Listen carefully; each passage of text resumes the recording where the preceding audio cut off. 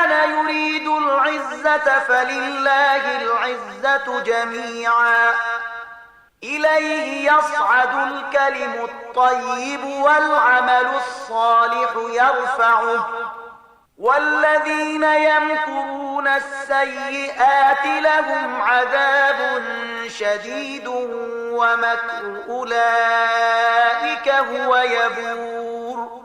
څوک چې عزت غواړي هغه باید وپوهیږي چې عزت ټول د الله دی. د هغه حضور ته چې څه شی پاس ورخیږي هغه صرف سپېڅلې وینا ده او ښه عمل هغه وینا پورته خیژوي. پاتې شول هغه کسان چې په ناوړو کړنلارو لاس پورې کوي د هغو لپاره سخت عذاب دی او د هغو مکر په خپله له منځه تلونکی دی. والله خلقكم من تراب ثم من نطفة ثم جعلكم أزواجا وما تحمل من أنثى ولا تضع إلا بعلمه وما يعمر من معمر ولا ينقص من عمره إلا في كتاب إن ذلك على الله يسير. الله تاسې له خاورې نه پیدا کړی بیا له نطفې نه بیا یې ستاسې جوړې پیدا کړې یعنې نر او ښځه. هیڅ ښځه نه حامله کیږي او نه ماشوم زیږوي مګر دا هر څه د الله په علم کې دي. هیڅ عمر موندونکی عمر نه مومي او نه د چا په عمر کې څه کموالی راځي مګر دا هر څه په یو کتاب کې لیکل شوي دي.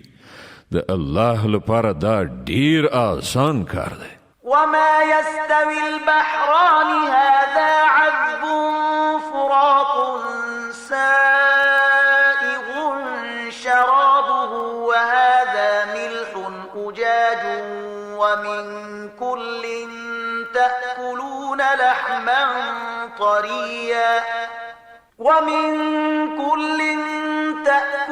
لحما طريا وتستخرجون حلية تلبسونها وترى الفلك فيه مواخر لتبتغوا من فضله ولعلكم تشكرون.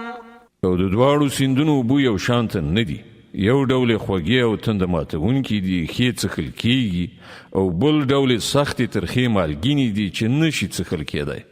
خو له دواړو نه تاسې تازه غوښه په لاس راوړئ.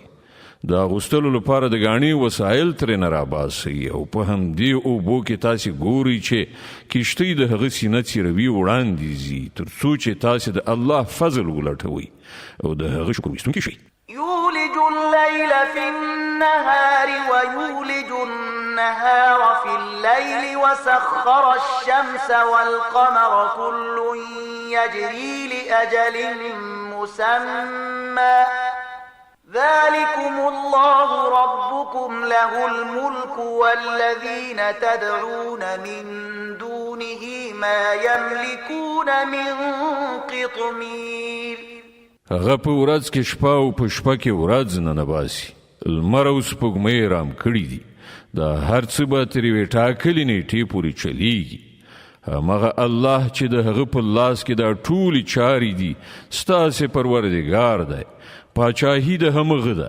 له هغه پرته چې تاسې نور بولئ هغوی دي او خوله کې څښتنان هم نه دي.